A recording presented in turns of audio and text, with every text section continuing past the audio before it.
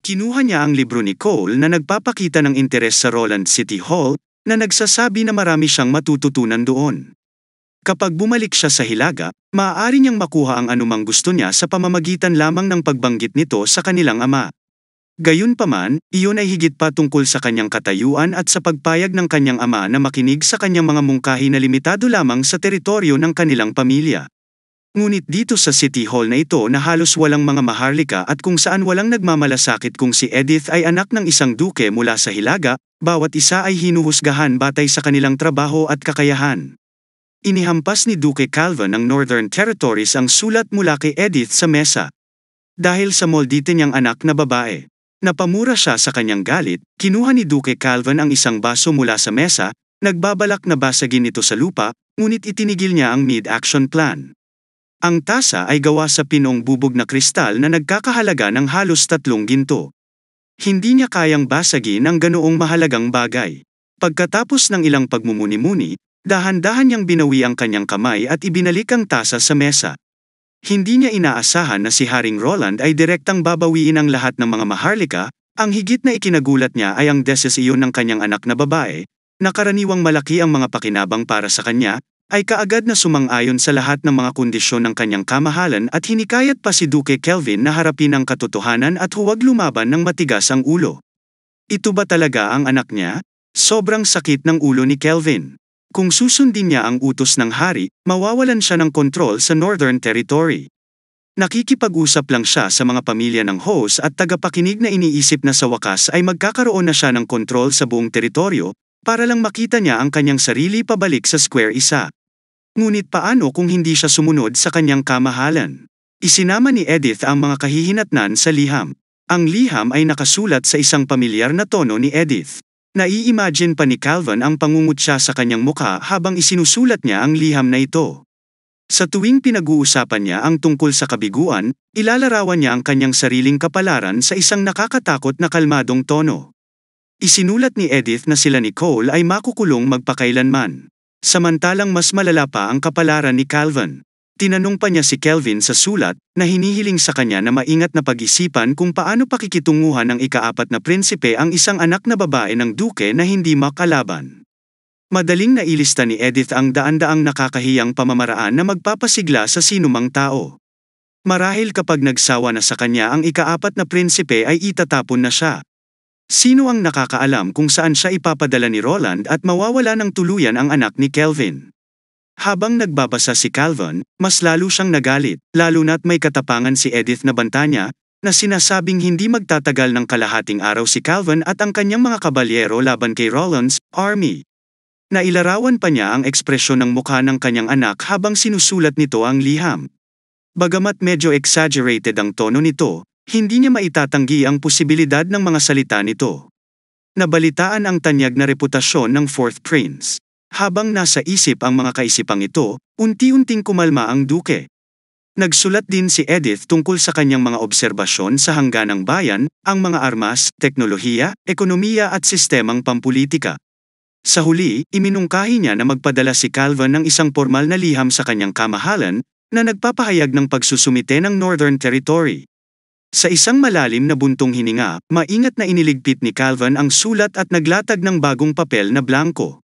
Dahil si Edith ang nagdesisyon sa kanya, wala siyang ibang pagpipilian kundi ang magtiwala sa kanyang plano at magsulat ng isang taos-pusong liham kay Haring Roland, na nangangako ng katapatan sa bagong kabisera ng hari. Gayunpaman, bilang isang duke, kailangan niyang gumawa ng isang huling pagsisikap sa sarili niyang paraan. Kung maipagbubuklod niya ng mahigpit ang mga interes ng kanilang dalawang pamilya, walang alinlangang mas magaan ang pakiramdam ni Calvin. Halimbawa, inayos niya ang kanyang anak na maging reyna. Samantala habang nasa Dragonfall Ridge, isang shell ang tumama sa pader ng lungsod ng Dragonfall Ridge.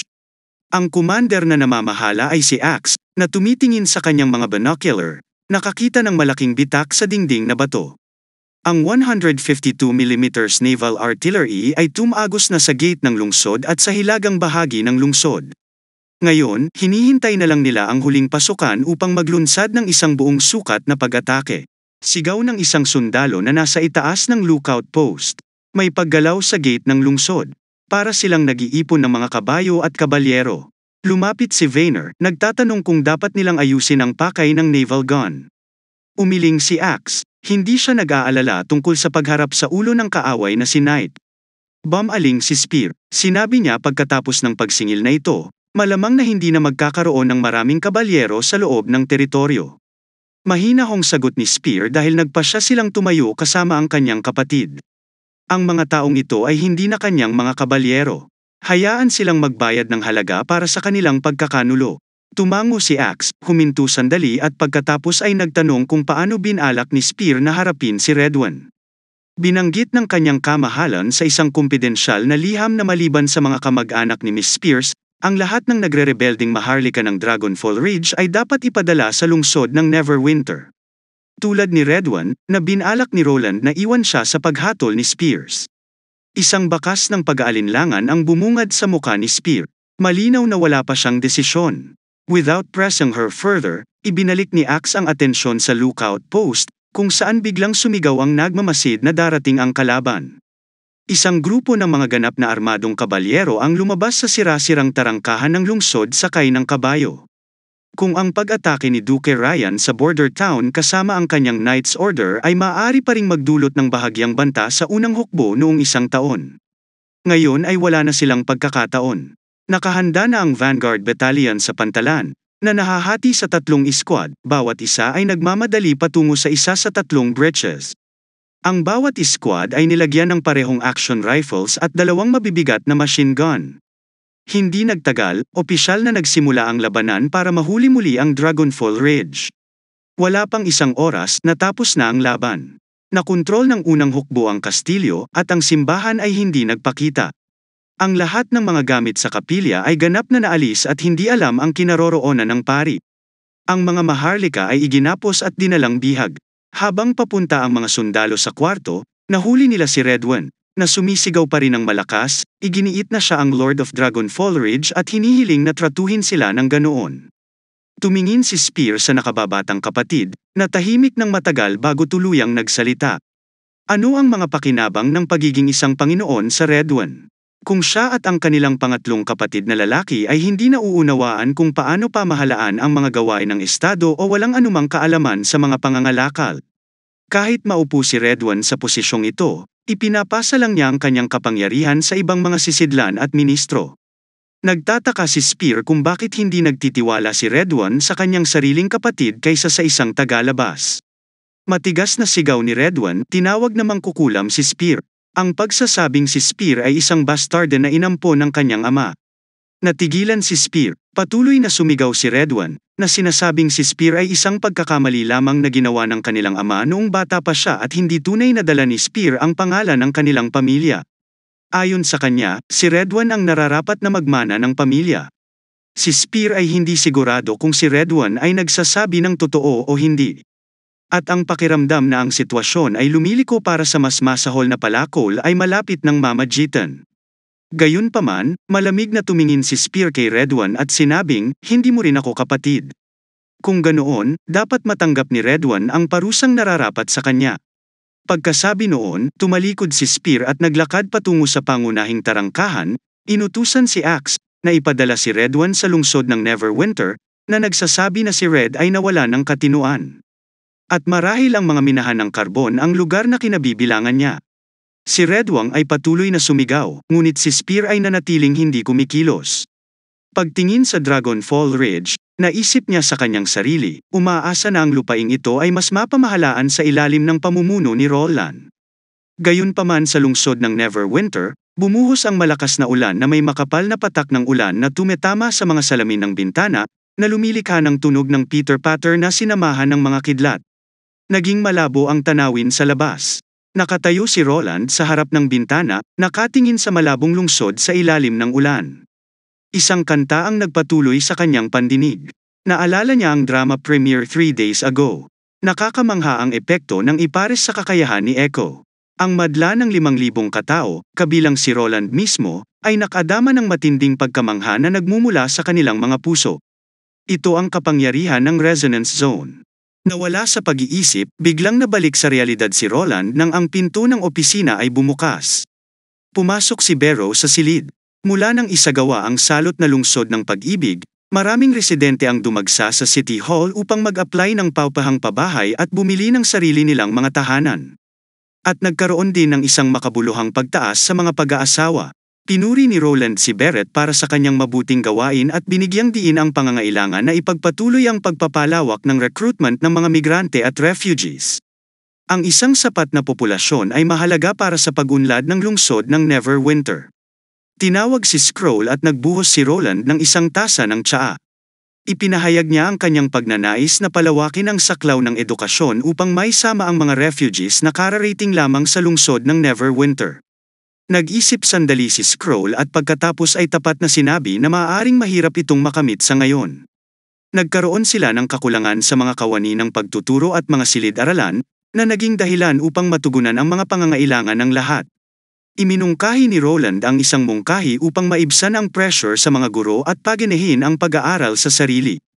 Ipinaliwanag niya na maaari silang magsagawa ng pampublikong klase minsan sa isang linggo upang ituro ang mga pangunahing kaalaman sa pagbasa at pagsulat. Sa natitirang oras, maaaring gumamit ang mga mag-aaral ng mga picture book na may phonetic annotation para magsanay ng mag-isa.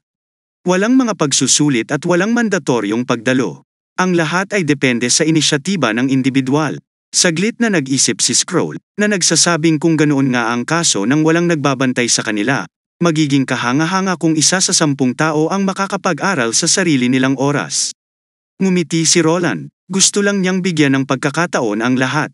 Palaging may mga hindi nasisiyahan sa isang makamundong trabaho, mababa ang sweldo at naghahangad na maabot ang kanilang mga layunin ng mas mabilis.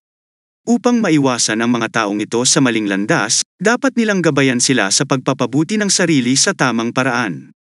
Kung nais nilang makakuha ng matatag na pabahay at makatakas sa isang buhay ng kahirapan at pagpapagal, ang pagtuturo sa kanilang sarili na magbasa at magsulat ay isang magandang opsyon.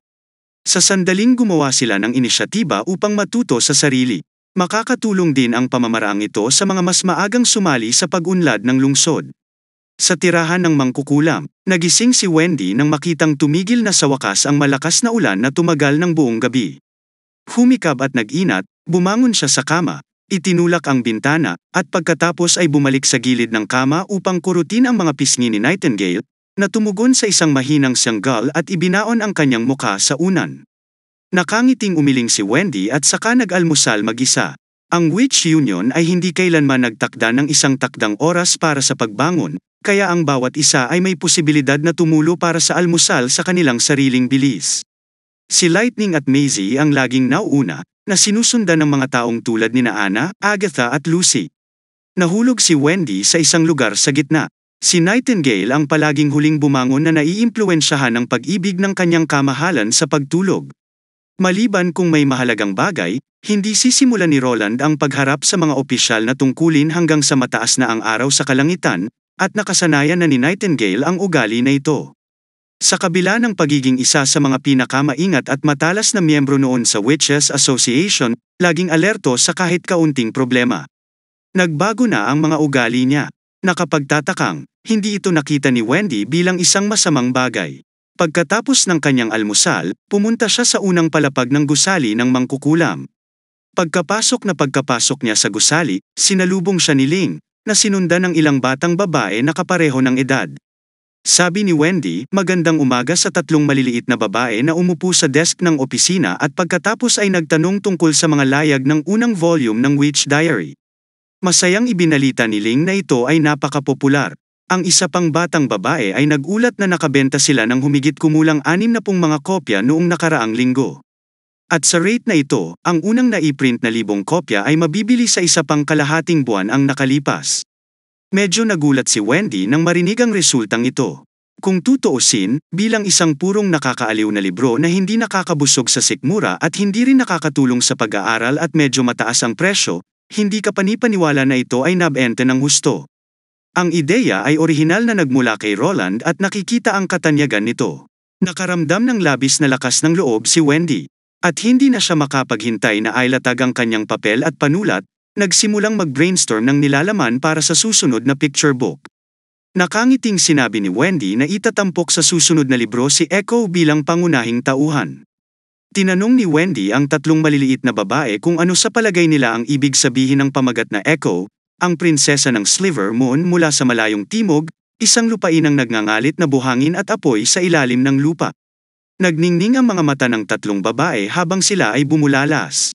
Kahanga-hanga yon. Pagkatapos ay sinabi ni Wendy sa kanila na pagkatapos mabawi ni Haring Roland ang katimugang teritoryo, ang bawat isa ay magkakaroon ng pagkakataong makita kung ano ang katotohanan sa homeland. Ito ang trabaho ni Wendy na itaguyod ang mga mangkukulam, na nagpapahintulot sa lahat na magkaroon ng mas mahusay na pag-unawa sa mga mangkukulam. Si Echo ay naging hit sa isang Starflower troupe at ang kanyang nakakaengganyong musika ay nanalo ng nagkakaisang papuri ng mga aktor. Nagbukas si Evelyn ng isang bar, pangunahing nag-aalok ng kakaibang lasa ng mixed spirits at cocktails. Nabalitaan ni Wendy na si Hummingbird ay sasali rin sa City Hall, magiging Deputy Minister ng Construction Department, na gagawin siyang pangalawang mangkukulam na naging opisyal ng City Hall pagkatapos ni Scroll. Ang bawat isa ay nagsusumikap sa pagtatayo ng lungsod ng Neverwinter, habang unti-unting ginagawang maunlad ang mga mamamayan, makikita ang pag-iral ng mangkukulam na nakikita silang magkapantay. Ang araw na ipinangako ni Roland kay Wendy ay nararating na ngayon. Samantala sa Dawn City, isang hating gabi sa Palace Garden, si Otto at Aura ay sumilip sa likod ng isang napakalaking bato na medyo kinakabahan si Otto. Alam na ito ang silid ng hari. Inilibot ni Aura ang kanyang mga mata, sinabing ito ay kay Otto. Bakit ngayon siya atubili? Naalala niya kung paanong ilang araw na ang nakalipas ng ahas pa si Otto na usisain si Lord Queen tungkol sa sitwasyon ngayon ni Andrea, at pareho nilang inisip na ang titig ni Lord Queens ay parang gusto niya silang arestuhin on the spot. At kung hindi lang sila naging kalaro ni Andrea, noong mga bata pa sila, baka nagkaproblema sila. Nakapagtataka ang balitang sinabi sa kanila ni Lord Queen. Dahil ang hari ay nagkasakit, ang Crown Prince ay madalas na nakikipagkita sa isang alchemist sa palasyo, kahit na humihiling sa mga bisita na dumating upang magtanong tungkol sa sakit ng hari ay binebalewala.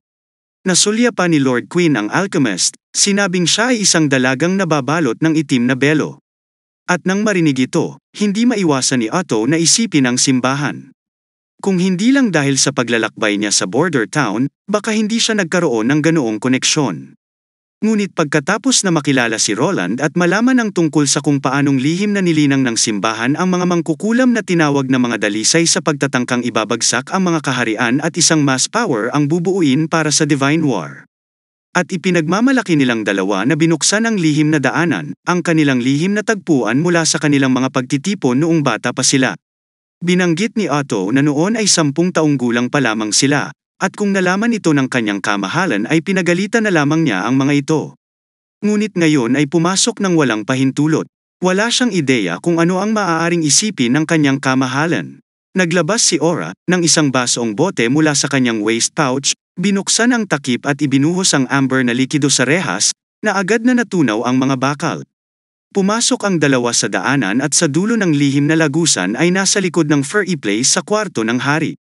Idiniin nila ang kanilang yelo sa mga bitak para makita ang loob. Ang furry place ay nasa tapat mismo ng isang malaking kama kung saan nakahiga ang hari. Pabalik-balik sa tabi ng kama sina Prince Pian. Puno ng pag-aalala ang ekspresyon niya. Huli na kayo at iritadong nagsalita si Peyton. Yumuko ang blonde na babae sa kanyang harapan at sumagot. May ilang isyu sa daan na nagdulot ng pagkaantala. Malamig na tugon ng babaeng nakaitim na belo. Hindi na kailangang ipaalam sa kanya. Tulungan mo na lang siyang gisingin ang kanyang ama. Ito ay walang iba kundi sina Isabella at Black Veil. May inilabas si Isabella mula sa kanyang mangas, nakangiti, na sinasabi kay Black Veil na huwag sabihin iyon. Kailangan pa rin nila ang tulong ng prinsipe. Naglabas siya ng berdeng bote. Sinubukan ng prinsipe na abutin at kunin ito, ngunit pinigilan siya ni Black Veil. Pinaalalahanan niya ang prinsipe ng kanilang kasunduan at ang gamot ay kailangang personal niyang pakainin para maging mabisa. At bilang bahagi ng kanilang pagpapalitan, dapat tuparin ng isang ambient ang mga kahilingan ng papa. She stated. Nang marinig ito, nagulat si Otto Anoro na nagtatago sa likod ng furry place. Matapos marinig ang salitang papa, naunawaan nila na ang dalawang ito ay ipinadala ng simbahan. Umupo si Black Veil sa gilid ng kama, tinanong ang prinsipe. Bakit hindi isinara ang daan patungo sa Wolf Art Kingdom pagkatapos ng isang buong buwan? Bakit napakaraming refugees ang pumapasok sa bansa kamakailan? At kinuyam ni Pian ang kanyang mga kamao, tumugon. Kung bawal pumasok ang mga refugee, marami ang mamamatay sa kalsada dahil walang malapit na lungsod na magbibigay sa kanila ng pagkain. Naiinip na putol ng babae. Ano ang kinalaman nito sa simbahan? Ano ang kinalaman ng kanilang pagkamatay kay Pian? Dapat ay nakatuon siya sa hari. Pagkatapos ay tinanong niya kung iniisip ni Pian na sirain ang kanilang kasunduan. At malinaw na nag-alinlangan si Pian. Pagkaraan ng mahabang panahon, sa wakas ay sinabi niyang ganap niyang isasara ang lahat ng mga lagusan sa loob ng 1 linggo. Ngunit kung susubukan ng mga refugee na tumawid sa mga bundok sa halip na gumamit ng mga kalsada, wala siyang magagawa. Tumango si Isabela bilang pagsang-ayon. Pagkatapos ay kinuha ni Black Veil ang bote, humigop ng kaunti at yumuko sa kama, inihatid ang gamot sa bibig ng hari. Pagkaraan ng ilang sandali, itinaas niya ang kanyang ulo, pinunasan ang kanyang bibig at sinabi na dapat itong gawin. Majay gising ang hari sa loob ng kalahating oras tulad ng dati. Tanong ng prinsipe, kailangan bang ipake ng bibig sa bibig ang gamot? Pagtibay ni Black Veil, na oo, at dapat niya itong pakainin. Hanggat tinutupad ni Pian ang kanyang pangako, ganap na gagaling ang hari at magiging mas malusog pa kaysa dati. Habang naghahanda sina Blackville at Isabela na umalis, biglang nagtanong si Prince Pian kung sila ay mga mangkukulam. Huminto sila sa kanilang mga landas. Dahan-dahan niyang iminungkahi na malaman ang uri ng gamot. Ang gamot ay maipaliwanag lamang sa pamamagitan ng mahiwagang kapangyarihan ng isang mangkukulam. Idinagdag pa, na kahit na hindi ka panipani walang isipin na may mga mangkukulam sa loob ng simbahan, ang kanilang mga aksyon ay hindi naiiba sa mga kilos ng mga demonyo. Tumawa ng mahina si Isabela, nagtatanong kung iyon lang ba ang gusto niyang malaman.